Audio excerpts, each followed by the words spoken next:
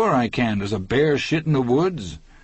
The audience was applauding and catcalling as the bugs came out of the walls to get Ray Milland, who was having a bad case of the DTs. "How soon?" "A week, maybe less." "Okay." But he sounded disappointed, as if he had been hoping I had one stuffed down my pants right then. "How much?" I quoted him the wholesale price. I could afford to give him this one at cost. He'd been a good customer, what with his rock hammer and his rock blankets. Furthermore, he'd been a good boy. On more than one night, when he was having his problems with Boggs, Rooster, and the rest, I wondered how long it would be before he used the rock hammer to crack someone's head open. Posters are a big part of my business, just behind the booze and cigarettes, usually half a step ahead of the reefer. In the 60s, the business exploded in every direction, with a lot of people wanting funky hang-ups like Jimi Hendrix, Bob Dylan, that Easy Rider poster. But mostly it's girls, one pin-up queen after another. A few days after Andy spoke to me, a laundry driver I did business with back then brought in better than 60 posters, most of them Rita Hayworth's. You may even remember the picture, I sure do. Rita is dressed, sort of, in a bathing suit, one hand behind her head, her eyes half closed, those full, sulky red lips parted. They called it Rita Hayworth, but they might as well have called it Woman in Heat.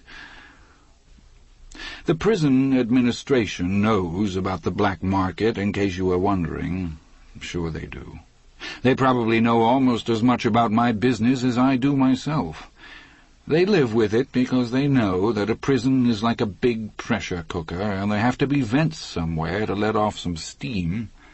They make the occasional bust, and I've done time in solitary, a time or three over the years, but when it's something like posters, they wink. Live and let live. And when a big Rita Hayworth went up in some fishy's cell, the assumption was that it came in the mail from a friend or relative. Of course, all the care packages from friends and relatives are opened and the contents inventoried, but who goes back and rechecks the inventory sheets for something as harmless as a Rita Hayworth or an Ava Gardner pin-up? When you're in a pressure cooker, you learn to live and let live, or somebody will carve you a brand-new mouth just above the Adam's apple. You learn to make allowances. It was Ernie again who took the poster up to Andy's cell, 14, from my own, 6. And it was Ernie who brought back the note written in Andy's careful hand. Just one word, thanks.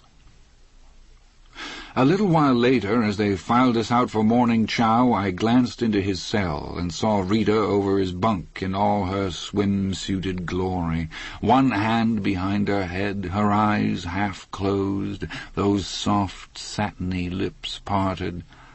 It was over his bunk, where he could look at her nights, after lights out in the glow of the arc sodiums in the exercise yard. But in the bright morning sunlight, there were dark slashes across her face, the shadow of the bars on his single slit window. Now I'm going to tell you what happened in mid-May of 1950 that finally ended Andy's 3-year series of skirmishes with the sisters. It was also the incident which eventually got him out of the laundry and into the library, where he filled out his work time until he left our happy little family earlier this year. You may have noticed how much of what I've told you already is hearsay. Someone saw something and told me, and I told you.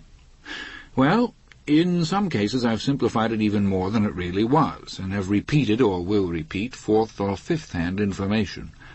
That's the way it is here. The grapevine is very real, and you have to use it if you're going to stay ahead. Also, of course, you have to know how to pick out the grains of truth from the chaff of lies, rumors, and wish-it-had-beens. You may also have gotten the idea that I'm describing someone who's more legend than man, and I would have to agree that there's some truth to that. To us long-timers who knew Andy over a space of years, there was an element of fantasy to him, a sense almost of myth-magic, if you get what I mean. That story I passed on about Andy refusing to give Boggs Diamond a head job is part of that myth, and how he kept on fighting the sisters is part of it, and how he got the library job is part of it too, but with one important difference. I was there, and I saw what happened, and I swear on my mother's name that it's all true. The oath of a convicted murderer may not be worth much, but believe this, I don't lie. Andy and I were on fair speaking terms by then. The guy fascinated me. Looking back to the poster episode, I see there's one thing I neglected to tell you, and maybe I should. 5 weeks after he hung Rita up, I'd forgotten all about it by then and had gone on to other deals, Ernie passed a small white box through the bars of my cell. "From Dufresne," he said, low, and never missed a stroke with his push-broom. "Thanks, Ernie," I said, and slipped him half a pack of Camels. Now, what the hell was this, I was wondering, as I slipped the cover from the box. There was a lot of white cotton inside, and below that... I looked for a long time.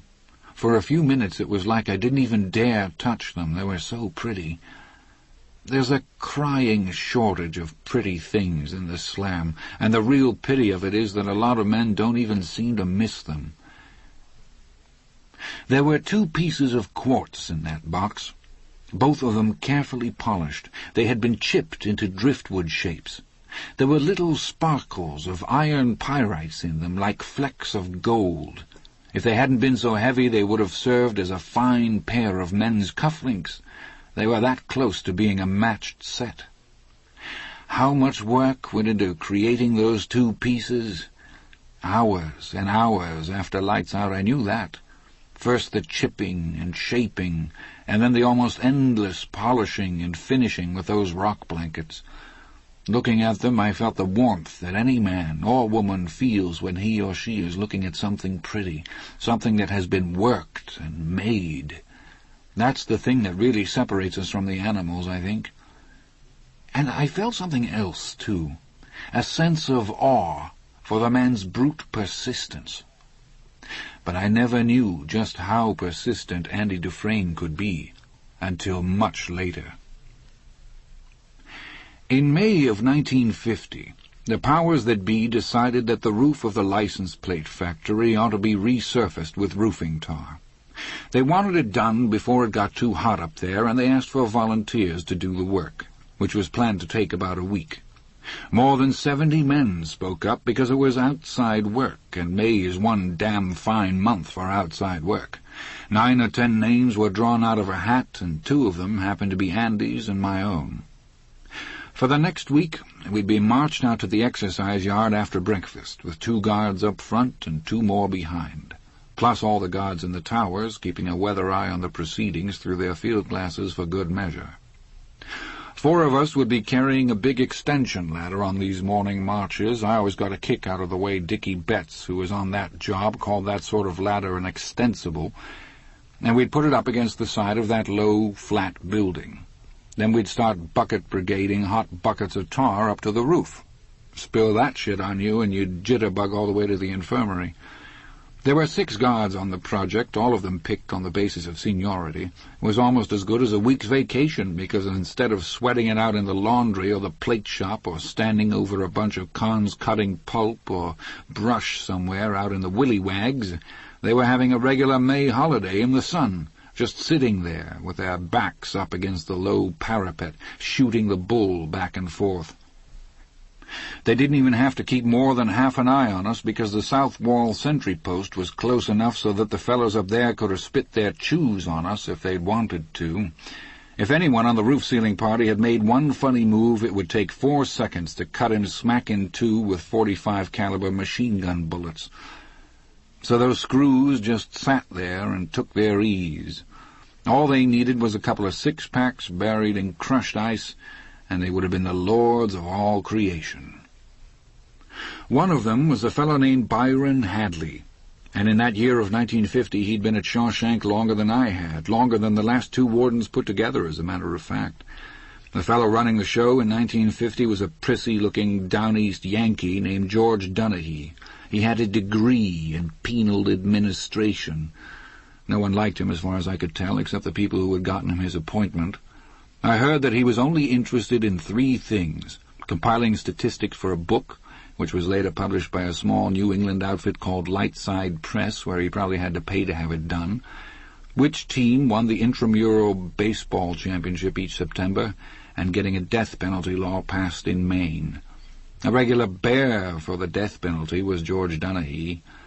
He was fired off the job in 1953 when it came out he was running a discount auto repair service down in the prison garage and splitting the profits with Byron Hadley and Greg Stammis.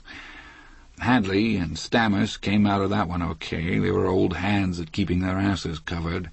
But Donaghy took a walk. No one was sorry to see him go, but nobody was exactly pleased to see Greg Stammis step into his shoes either. He was a short man with a tight, hard gut and the coldest brown eyes you ever saw. He always had a painful, pursed little grin on his face, as if he had to go to the bathroom and couldn't quite manage it. During Stammis's tenure as warden, there was a lot of brutality at Shawshank, and although I have no proof, I believe there were maybe half a dozen moonlight burials in the stand of scrub forest that lies east of the prison. Donaghy was bad, but Greg Stammis was a cruel, wretched, cold-hearted man.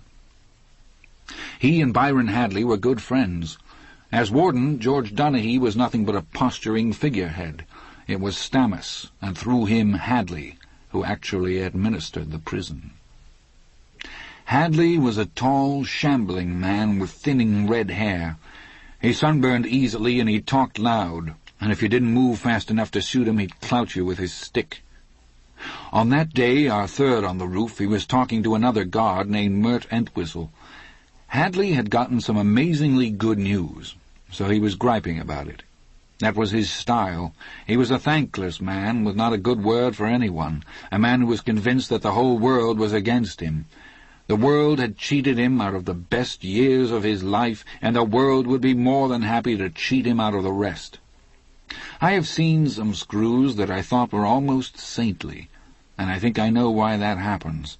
They are able to see the difference between their own lives, poor and struggling as they might be, and the lives of the men they are paid by the state to watch over. These guards are able to formulate a comparison concerning pain. Others can't, or won't. For Byron Hadley there was no basis of comparison. He could sit there, cool and at his ease under the warm May sun, and find the gall to mourn his own good luck, while less than 10 feet away a bunch of men were working and sweating and burning their hands on great big buckets filled with bubbling tar, men who had to work so hard in their ordinary round of days that this looked like a respite. You may remember the old question, the one that's supposed to define your outlook on life when you answer it. For Byron Hadley, the answer would always be half empty. The glass is half empty, forever and ever, amen.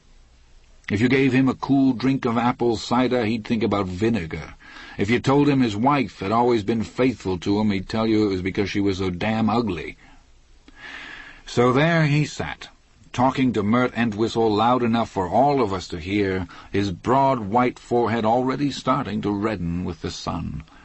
He had one hand thrown back over the low parapet surrounding the roof. The other was on the butt of his .38. We all got the story. Along with Mert, it seemed that Hadley's older brother had gone off to Texas some 14 years ago, and the rest of the family hadn't heard from the son of a bitch since. They had all assumed he was dead, and good riddance. Then, a week and a half ago, a lawyer had called them long distance from Austin. It seemed that Hadley's brother had died 4 months ago, and a rich man at that. It's frigging incredible how lucky some assholes can get, this paragon of gratitude on the plate shop roof said. The money had come as a result of oil and oil leases, and there was close to $1 million. No, Hadley wasn't a millionaire. That might have made him even happy, at least for a while. But the brother had left a pretty damn decent bequest of $35,000 to each surviving member of his family back in Maine, if they could be found. Not bad. Like getting lucky and winning a sweepstakes.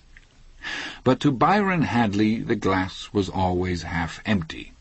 He spent most of the morning bitching to Mert about the bite that the goddamn government was going to take out of his windfall. They'll leave me about enough to buy a new car with," he allowed. "And then what happens? You have to pay the damn taxes on the car and the repairs and maintenance. You got your goddamn kids pestering you to take 'em for a ride with the top down. And to drive it if they're old enough," Mert said. Old Mert Entwistle knew which side his bread was buttered on, and he didn't say what must have been as obvious to him as to the rest of us. "If that money's worrying you so bad, Byron, old kid, old sock, I'll just take it off your hands. After all, what are friends for?" "That's right. Wanting to drive it, wanting to learn to drive on it, for Christ's sake," Byron said with a shudder. "Then what happens at the end of the year? If you figured the tax wrong and you don't have enough left over to pay the overdraft, you got to pay out of your own pocket or maybe even borrow it from one of those kikey loan agencies. And they audit you anyway, you know, it don't matter. And when the government audits you, they always take more. Who can fight Uncle Sam? He puts his hand inside your shirt and squeezes your tit until it's purple, and you end up getting the short end. Christ!" He lapsed into a morose silence, thinking of what terrible bad luck he'd had to inherit that $35,000. Andy Dufresne had been spreading tar with a big pad brush less than 15 feet away, and now he tossed it into his pail and walked over to where Mert and Hadley were sitting. We all tightened up, and I saw one of the other screws, Tim Youngblood, drag his hand down to where his pistol was holstered. One of the fellows in the sentry tower struck his partner on the arm, and they both turned too. For one moment I thought Andy was going to get shot or clubbed or both. Then he said very softly to Hadley, "Do you trust your wife?" Hadley just stared at him. He was starting to get red in the face, and I knew that was a bad sign. In about 3 seconds he was going to pull his billy and give Andy the butt end of it right in the solar plexus where that big bundle of nerves is. A hard enough hit there can kill you, but they always go for it. If it doesn't kill you, it'll paralyze you long enough to forget whatever cute move it was that you had planned. "Boy," Hadley said, "I'll give you just one chance to pick up that pad, and then you're going off this roof on your head." Andy just looked at him, very calm and still. His eyes were like ice. It was as if he hadn't heard. And I found myself wanting to tell him how it was, to give him the crash course. The crash course is you never let on that you hear the guards talking. You never try to horn in on their conversation unless you're asked, and then you always tell them just what they want to hear and shut up again. Black man, white man, red man, yellow man, in prison it doesn't matter, because we've got our own brand of equality. In prison every con's a nigger, and you have to get used to the idea if you intend to survive men like Hadley and Greg Stammis, who really would kill you as soon as look at you. When you're in stir, you belong to the state, and if you forget it, woe is you. I've known men who've lost eyes, men who've lost toes and fingers. I knew one man who lost the tip of his penis and counted himself lucky that was all he lost. I wanted to tell Andy that it was already too late. He could go back and pick up his brush, and there would still be some big lug waiting for him in the showers that night, ready to Charlie horse both of his legs and leave him writhing on the cement. You could buy a lug like that for a pack of cigarettes or 3 Baby Ruths. Most of all, I wanted to tell him not to make it any worse than it already was. What I did was to keep on running tar out onto the roof as if nothing at all was happening. Like everyone else, I look after my own ass first. I have to. It's cracked already. And in Shawshank there have always been Hadleys willing to finish the job of breaking it. Andy said, "Maybe I put it wrong. Whether you trust her or not is immaterial. The problem is whether or not you believe she would ever go behind your back, try to hamstring you." Hadley got up. Mert got up. Tim Youngblood got up. Hadley's face was as red as the side of a fire barn. "Your only problem," he said, "is going to be how many bones you still got unbroken. You can count them in the infirmary. Come on, Mert, we're throwing this sucker over the side." Tim Youngblood drew his gun. The rest of us kept tarring like mad. The sun beat down. They were going to do it. Hadley and Mert were simply going to pitch him over the side. Terrible accident. Dufresne, prisoner 81433-SHNK, was taking a couple of empties down and slipped on the ladder. Too bad. They laid hold of him, Mert on the right arm, Hadley on the left. Andy didn't resist. His eyes never left Hadley's red, horsey face. "If you've got your thumb on her, Mr. Hadley," he said in that same calm, composed voice, "there's not a reason why you shouldn't have every cent of that money. Final score, Mr. Byron Hadley, 35,000, Uncle Sam zip."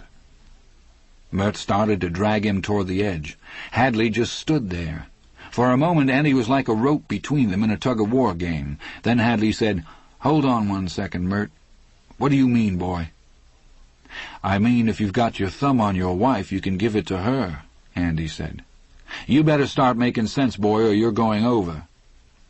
"The IRS allows you a one-time-only gift to your spouse," Andy said. "It's good up to $60,000. Hadley was now looking at Andy as if he had been poleaxed. "No, that ain't right," he said. "Tax-free?" "Tax-free," Andy said. "IRS can't touch 1 cent. "How would you know a thing like that?" Tim Youngblood said, "He used to be a banker, Byron. I suppose he might—" "Shut your head, Trout," Hadley said, without looking at him. Tim Youngblood flushed and shut up. Some of the guards called him Trout because of his thick lips and buggy eyes. Hadley kept looking at Andy. "You're the smart banker who shot his wife. Why should I believe a smart banker like you? So I can wind up in here breaking rocks right alongside you? You'd like that, wouldn't you?" Andy said quietly, "If you went to jail for tax evasion, you'd go to a federal penitentiary, not Shawshank. But you won't. The tax-free gift to the spouse is a perfectly legal loophole. I've done dozens, no, hundreds of them. It's meant primarily for people with small businesses to pass on, for people who come into one-time-only windfalls like yourself." "I think you're lying," Hadley said, but he didn't. You could see he didn't. There was an emotion dawning on his face, something that was grotesque overlying that long, ugly countenance and that receding, sunburned brow, an almost obscene emotion when seen on the features of Byron Hadley. It was hope. "No, I'm not lying.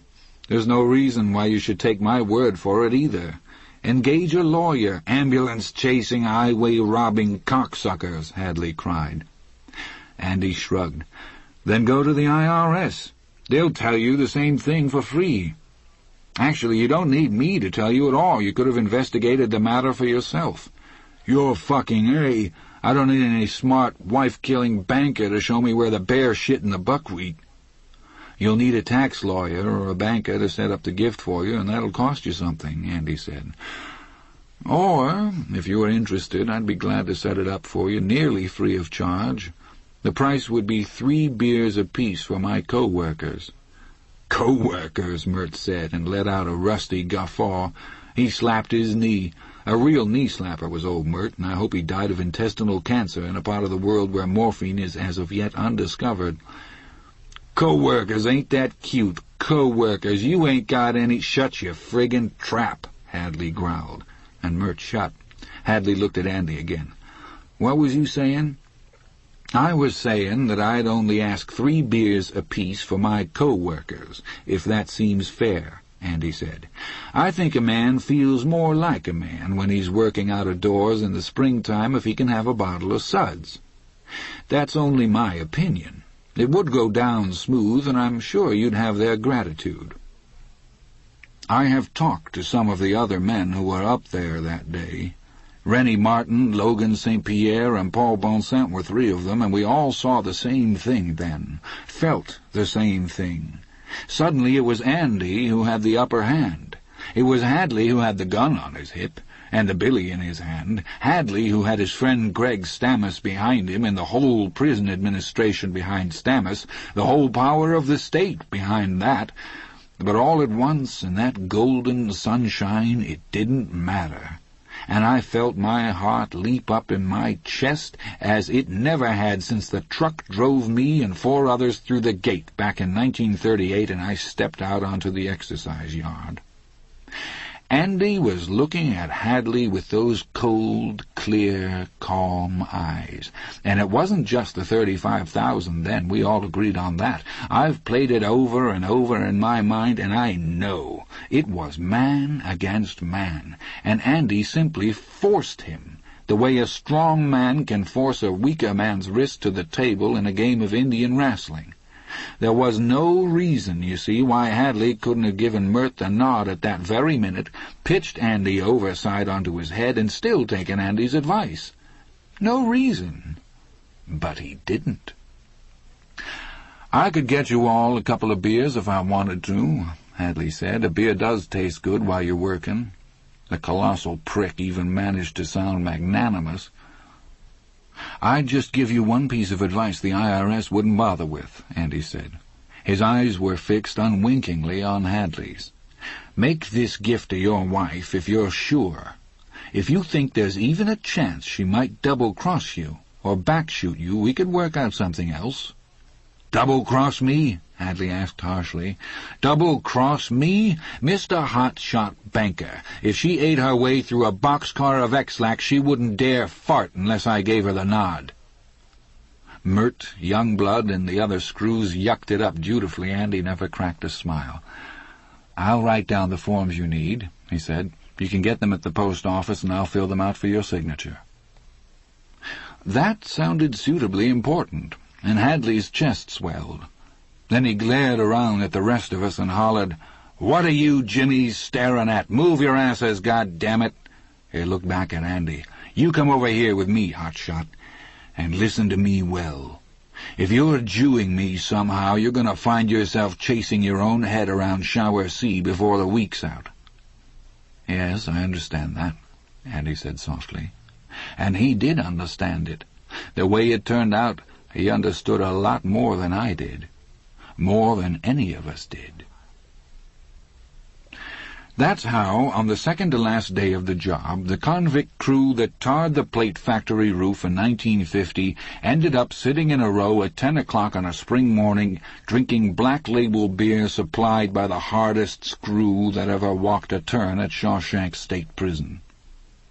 That beer was piss-warm, but it was still the best I ever had in my life. We sat and drank it and felt the sun on our shoulders, and not even the expression of half amusement, half contempt on Hadley's face, as if he were watching apes drink beer instead of men, could spoil it. It lasted 20 minutes, that beer break, and for those 20 minutes we felt like free men. We could have been drinking beer and tarring the roof of one of our own houses. Only Andy didn't drink. I already told you about his drinking habit. He sat hunkered down in the shade, hands dangling between his knees, watching us and smiling a little. It's amazing how many men remember him that way, and amazing how many men were on that work crew when Andy Dufresne faced down Byron Hadley. I thought there were 9 or 10 of us, but by 1955 there must have been 200 of us. Maybe more, if you believed what you heard. So, yeah, if you ask me to give you a flat-out answer to the question of whether I'm trying to tell you about a man or a legend that got made up around the man, like a pearl around a little piece of grit, I'd have to say that the answer lies somewhere in between. All I know for sure is that Andy Dufresne wasn't much like me or anyone else I ever knew since I came inside. He brought in $500 jammed up his back porch, but somehow that gray-meat son of a bitch managed to bring in something else as well. A sense of his own worth, maybe, or a feeling that he could be the winner in the end. Or maybe it was only a sense of freedom, even inside these goddamned gray walls. It was a kind of inner light he carried around with him. I only knew him to lose that light once, and that is also a part of this story. By World Series time of 1950, this was the year the Philadelphia Whiz Kids dropped 4 straight, you will remember, Andy was having no more trouble from the sisters. Stammis and Hadley had passed the word. If Andy Dufresne came to either of them, or any of the other screws that formed a part of their coterie and showed so much as a single drop of blood in his underpants, every sister in Shawshank would go to bed that night with a headache. They didn't fight it. As I've pointed out, there was always an 18-year-old car thief, or a firebug, or some guy who'd gotten his kicks handling little children. After the day on the plate shop roof, Andy went his way, and the sisters went theirs. He was working in the library then, under a tough old con named Brooks Hatlin. Hatlin had gotten the job back in the late 20s because he had a college education. Brooksy's degree was in animal husbandry, true enough, but college educations and institutes of lower learning like the Shank are so rare that it's a case of beggars not being able to be choosers. In 1952, Brooksy, who had killed his wife and daughter after losing his streak at poker back when Coolidge was president, was paroled. As usual, the state, in all its wisdom, had let him go long after any chance he might have had to become a useful part of society was gone. He was 68 and arthritic when he tottered out of the main gate in his Polish suit and his French shoes, his parole papers in one hand and a Greyhound bus ticket in the other. He was crying when he left. Shawshank was his world. What lay beyond its walls was as terrible to Brooks as the western seas had been to superstitious 15th-century sailors. In prison, Brooksy had been a person of some importance. He was a librarian, an educated man. If he went to the Kittery Library and asked for a job, they wouldn't even give him a library card. I heard he died in a home for indigent old folks up Freeport Way in 1953, and at that he lasted about 6 months longer than I thought he would. I guess the state got its own back on Brooksy, all right. They trained him to like it inside the shithouse, and then they threw him out. Andy succeeded to Brooksy's job, and he was librarian for 23 years. He used the same force of will I'd seen him use on Byron Hadley to get what he wanted for the library, and I gradually saw him turn one small room, which still smelled of turpentine because it had been a paint closet until 1922 and had never been properly aired, lined with Reader's Digest, condensed books, and National Geographics, into the best prison library in New England. He did it a step at a time. He put a suggestion box by the door and patiently weeded out such attempts at humor as "more Fook books, please," and "escape in 10 easy lesions." He got hold of the things the prisoners seemed serious about. He wrote to the major book clubs in New York and got 2 of them, the Literary Guild and the Book of the Month Club, to send editions of all their major selections to us at a special cheap rate. He discovered a hunger for information on such small hobbies as soap-carving, woodworking, sleight of hand, and card solitaire. He got all the books he could on such subjects, and those 2 jailhouse staples, Earl Stanley Gardner and Louis L'Amour. Cards never seemed to get enough of the courtroom or the open range. And yes, he did keep a box of fairly spicy paperbacks under the checkout desk, loading them out carefully and making sure they always got back. Even so, each new acquisition of that type was quickly read to tatters. He began to write to the State Senate in Augusta in 1954. Stammus was warden by then, and he used to pretend Andy was some sort of mascot. He was always in the library, shooting the bull with Andy, and sometimes he'd even throw a paternal arm around Andy's shoulders or give him a goose. He didn't fool anybody. Andy Dufresne was no one's mascot.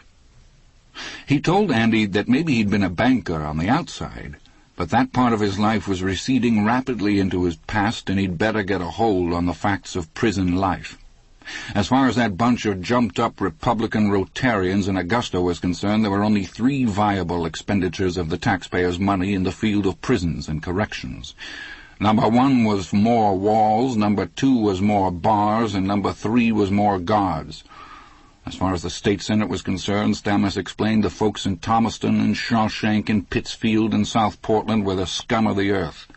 They were there to do hard time, and by God and sunny Jesus, it was hard time they were going to do. And if there were a few weevils in the bread, wasn't that just too fucking bad? Andy smiled his small, composed smile, and asked Stammus what would happen to a block of concrete if a drop of water fell on it once every year for 1,000,000 years. Stammus laughed and clapped Andy on the back. "You got no 1,000,000 years, old horse, but if you did, I believe you'd do it with that same little grin on your face. You go on and write your letters. I'll even mail them for you if you pay for the stamps." Which Andy did. And he had the last laugh, although Stammus and Handley weren't around to see it. Andy's requests for library funds were routinely turned down until 1960, when he received a check for $200. The Senate probably appropriated it in hopes that he would shut up and go away. Vain hope. Andy felt that he had finally gotten one foot in the door, and he simply redoubled his efforts. 2 letters a week instead of 1. In 1962, he got $400, and for the rest of the decade, the library received $700 a year, like clockwork. By 1971, that had risen to an even 1,000. Not much, stacked up against what your average small-town library receives, I guess, but $1,000 can buy a lot of recycled Perry Mason stories and Jake Logan westerns. By the time Andy left, you could go into the library, expanded from its original paint locker to 3 rooms, and find just about anything you'd want. And if you couldn't find it, chances were good that Andy could get it for you. Now, you're asking yourself if all this came about just because Andy told Byron Hadley how to save the taxes on his windfall inheritance. The answer is yes and no. You can probably figure out what happened for yourself. Word got around that Shawshank was housing its very own pet financial wizard. In the late spring and the summer of 1950, Andy set up 2 trust funds for guards who wanted to assure a college education for their kids. He advised a couple of others who wanted to take small flyers in common stock, and they did pretty damn well as things turned out. One of them did so well he was able to take an early retirement 2 years later. And I'll be damned if he didn't advise the warden himself, old Lemon Lips George Dunahee, on how to go about setting up a tax shelter for himself. That was just before Dunahee got the bum's rush, and I believe he must have been dreaming about all the millions his book was going to make him. By April of 1951, Andy was doing the tax returns for half the screws at Shawshank, and by 1952 he was doing almost all of them. He was paid in what may be a prison's most valuable coin, simple goodwill. Later on, after Greg Stammes took over the warden's office, Andy became even more important. But if I tried to tell you the specifics of just how, I'd be guessing. There are some things I know about and others I can only guess at. I know that there were some prisoners who received all sorts of special considerations, radios in their cells, extraordinary visiting privileges, things like that. And there were people on the outside who were paying for them to have those privileges. Such people are known as angels by the prisoners. All at once some fellow would be excused from working in the plate shop on Saturday forenoons, and you'd know that fellow had an angel out there who'd coughed up a chunk of dough to make sure it happened. The way it usually works is that the angel will pay the bribe to some middle-level screw, and the screw will spread the grease both up and down the administrative ladder. Then there was the discount auto repair service that laid Warden Dunahee low. It went underground for a while and then emerged stronger than ever in the late 50s. And some of the contractors that worked at the prison from time to time were paying kickbacks to the top administration officials, I'm pretty sure. And the same was almost certainly true of the companies whose equipment was bought and installed in the laundry and the license plate shop and the stamping mill that was built in 1963. By the late 60s, there was also a booming trade in pills, and the same administrative crowd was involved in turning a buck on that. All of it added up to a pretty good-sized river of illicit income. Not like the pile of clandestine bucks that must fly around a really big prison like Attica or San Quentin, but not peanuts either. And money itself becomes a problem after a while. You can't just stuff it into your wallet and then shell out a bunch of crumpled 20s and dog-eared 10s when you want a pool built in your backyard or an addition put on your house. Once you get past a certain point, you have to explain where that money came from. And if your explanations aren't convincing enough, you're apt to wind up wearing a number yourself. So there was a need for Andy's services. They took him out of the laundry and installed him in the library. But if you wanted to look at it another way, they never took him out of the laundry at all. They just set him to work washing dirty money instead of dirty sheets. He funneled it into stocks, bonds, tax-free municipals, you name it. He told me once, about 10 years after that day on the plate shop roof, that his feelings about what he was doing were pretty clear, and that his conscience was relatively untroubled. The rackets would have gone on with him or without him. He had not asked to be sent to Shawshank, he went on. He was an innocent man who had been victimized by colossal bad luck, not a missionary or a do-gooder. Besides, Red, he told me with that same half-grin, What I'm doing in here isn't all that different from what I was doing outside. I'll hand you a pretty cynical axiom. The amount of expert financial help an individual or company needs rises in direct proportion to how many people that person or business is screwing. The people who run this place are stupid, brutal monsters for the most part. The people who run the straight world are brutal and monstrous, but they happen not to be quite as stupid, because the standard of competence out there is a little higher. Not much, but a little. "But the pills," I said. "I don't want to tell you your business, but they make me nervous. Reds, uppers, downers, nembutols. Now they've got these things they call phase 4s. I won't get anything like that, never have." "No," Andy said. "I don't like the pills either, never have. But I'm not much of a one for cigarettes or booze either, but I don't push the pills. I don't bring them in, and I don't sell them once they are in. Mostly it's the screws who do that." "But, yeah, I know there's a fine line there. When it comes down to, Red, is some people refuse to get their hands dirty at all. That's called sainthood, and the pigeons land on your shoulders and crap all over your shirt. The other extreme is to take a bath in the dirt and deal any goddamn thing that will turn $1. Guns, switchblades, big H, what the hell. You ever have a con come up to you and offer you a contract?" I nodded. "It's happened a lot of times over the years. You are, after all, the man who can get it, and they figure if you can get them batteries for their transistor radios or cartons of Luckies or lids of reefer, you can put them in touch with a guy who'll use a knife." "Sure you have," Andy agreed, "but you don't do it. Because guys like us, Red, we know there's a third choice. An alternative to staying Simon pure or bathing in the filth and the slime. It's the alternative that grown-ups all over the world pick. You balance off your walk through the hog wallow against what it gains you. You choose the lesser of two evils and try to keep your good intentions in front of you, and I guess you judge how well you're doing by how well you sleep at night, and what your dreams are like." "Good intentions," I said, and laughed. "I know all about that, Andy. A fella can toddle right off to hell on that road." "Don't you believe it," he said, growing somber. "This is hell. Right here in the shank. They sell pills, and I tell them what to do with the money. But I've also got the library, and I know of over 24 guys who have used the books in there to help them pass their high school equivalency tests. Maybe when they get out of here they'll be able to crawl off the shit heap. When we needed that second room back in 1957, I got it, because they want to keep me happy. I work cheap. That's the trade-off." "And you've got your own private quarters." "Sure. That's the way I like it." The prison population had risen slowly all through the 50s, and it damn near exploded in the 60s, what with every college-age kid in America wanting to try dope and the perfectly ridiculous penalties for the use of a little reefer.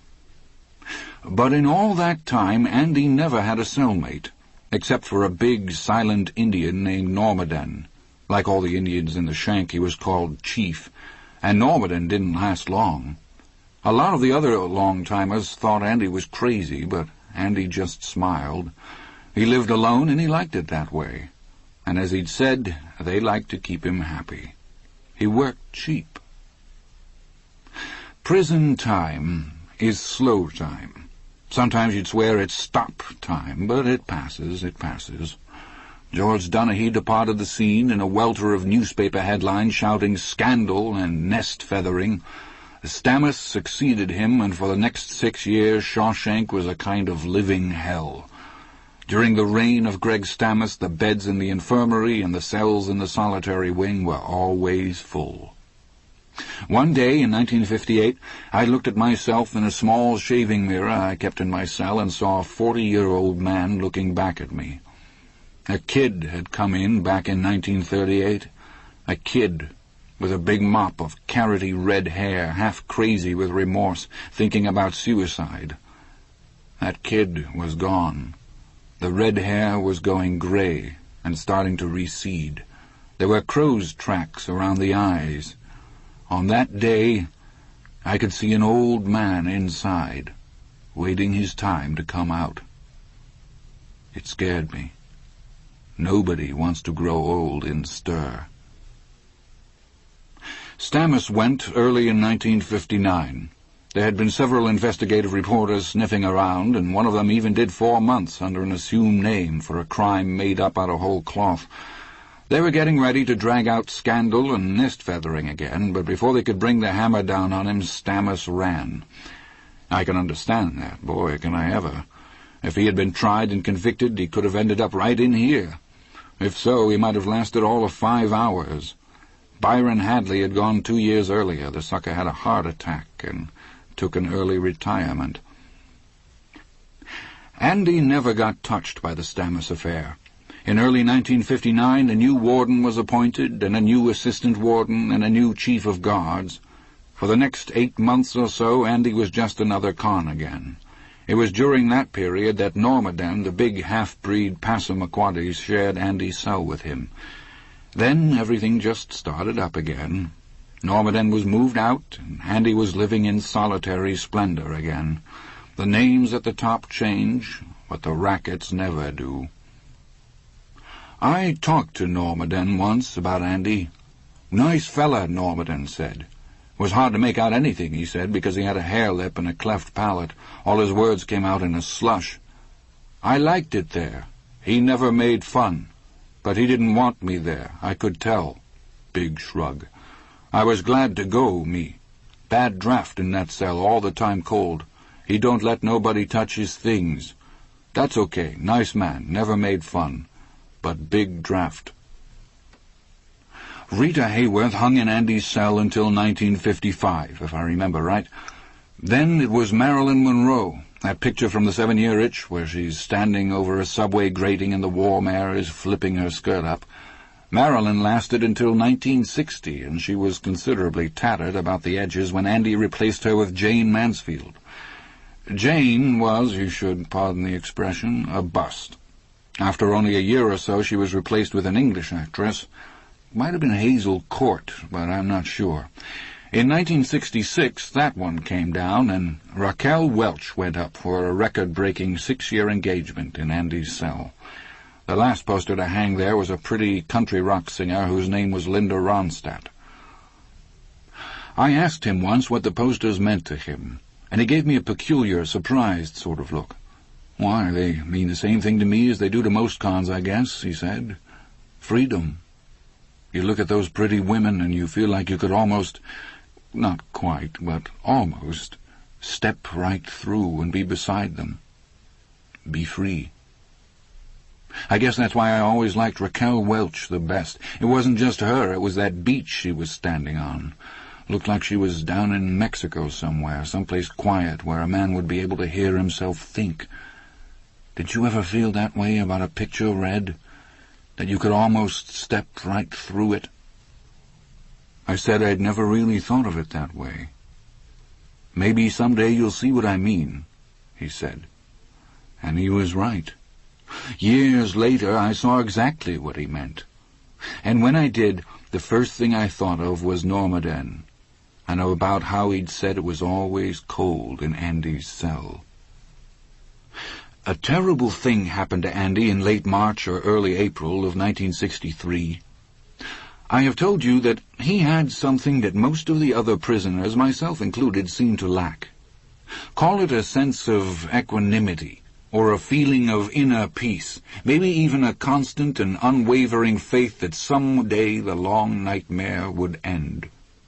Whatever you want to call it, Andy Dufresne always seemed to have his act together.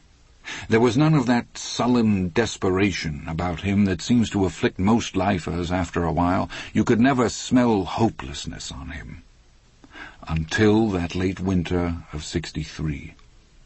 We had another warden by then, a man named Samuel Norton. The Mathers, Cotton, and Increase would have felt right at home with Sam Norton. So far as I know, no one had ever seen him so much as crack a smile. He had a 30-year pin from the Baptist Advent Church of Eliot.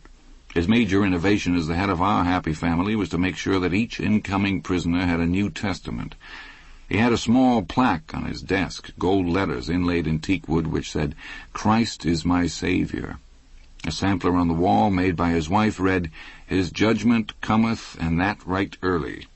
This latter sentiment cut zero ice with most of us. We felt that the judgment had already occurred. and we would be willing to testify with the best of them that the rock would not hide us, nor the dead tree give us shelter. He had a Bible quote for every occasion, did Mr. Sam Norton, and whenever you meet a man like that, my best advice to you would be to grin big and cover up your balls with both hands.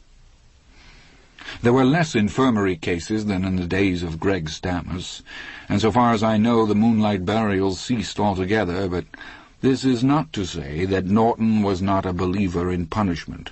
Solitary was always well populated. Men lost their teeth not from beatings, but from bread and water diets. It began to be called grain and drain, as in, I'm on the Sam Norton grain and drain train, boys. The man was the foulest hypocrite that I ever saw in high position. The rackets I told you about earlier continued to flourish, but Sam Norton added his own new wrinkles. Andy knew about them all, and because we had gotten to be pretty good friends by that time, he let me in on some of them.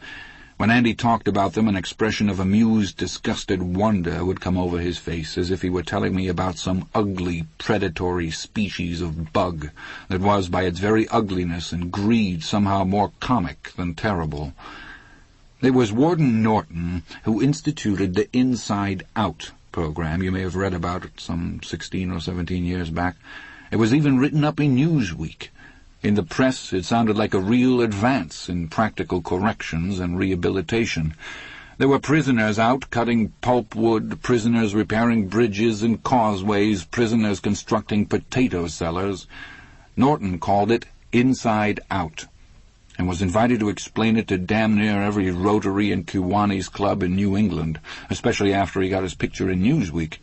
The prisoners called it road ganging.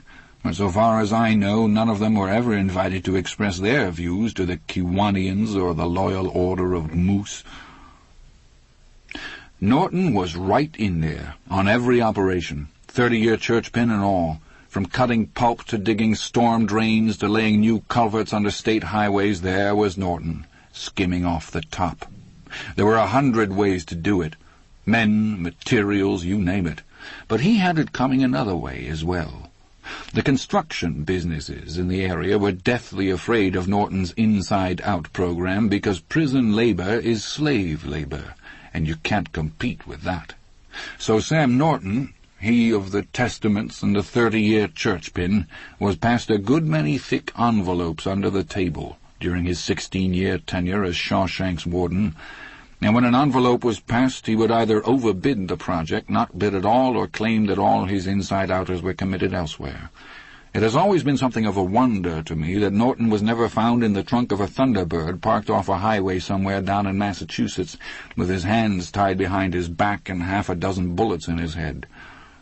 Anyway, as the old Barrel House song says, my God, how the money rolled in.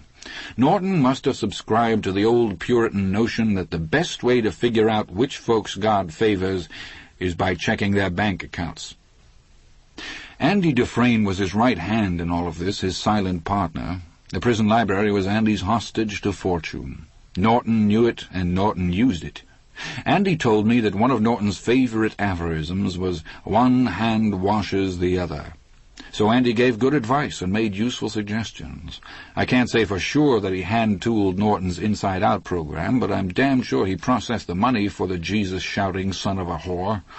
He gave good advice, made useful suggestions. The money got spread around, and son of a bitch, the library would get a new set of automotive repair manuals, a fresh set of Grolier encyclopedias, books on how to prepare for the Scholastic Achievement Tests, and, of course, more Earl Stanley Gardners and more Louis L'Amours.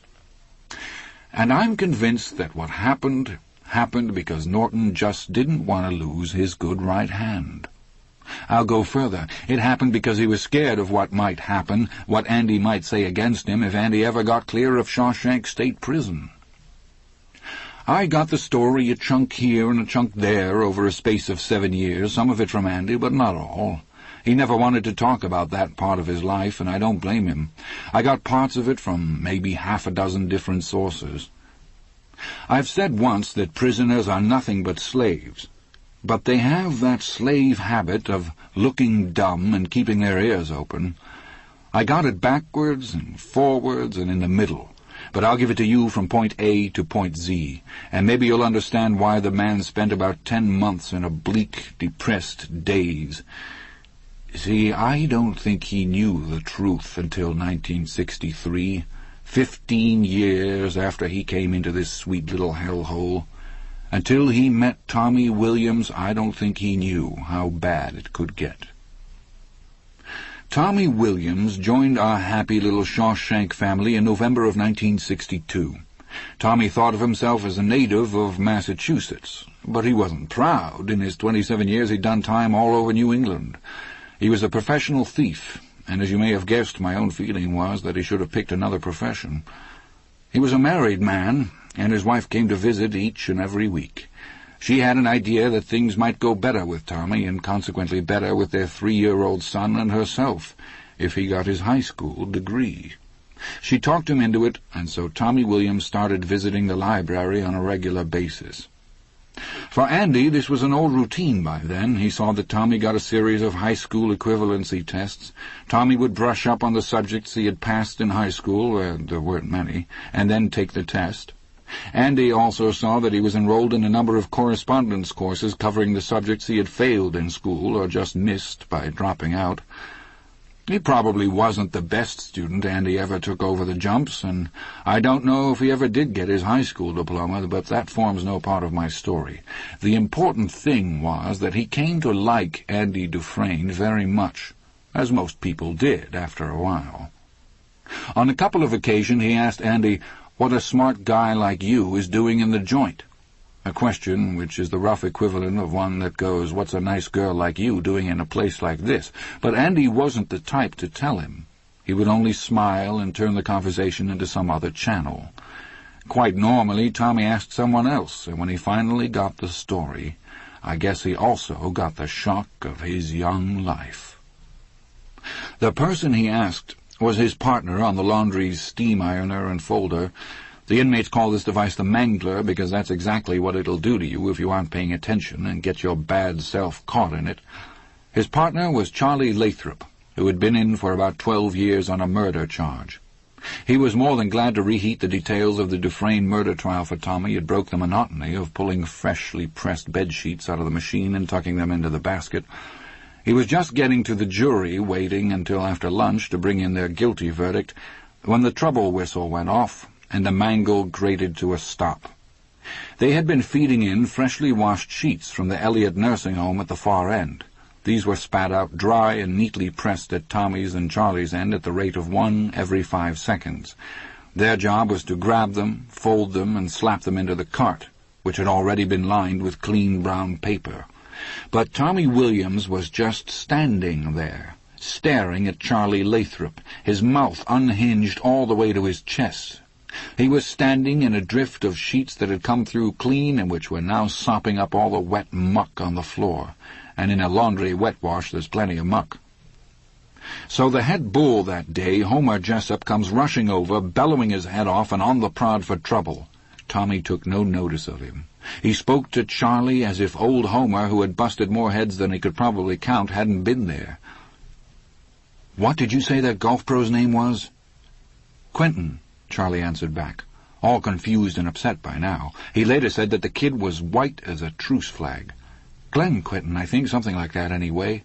Here now," Homer Jessup roared, his neck as red as a rooster's comb. "Get them sheets in cold water. Get quick, by Jesus, you—" "Glenn Quentin!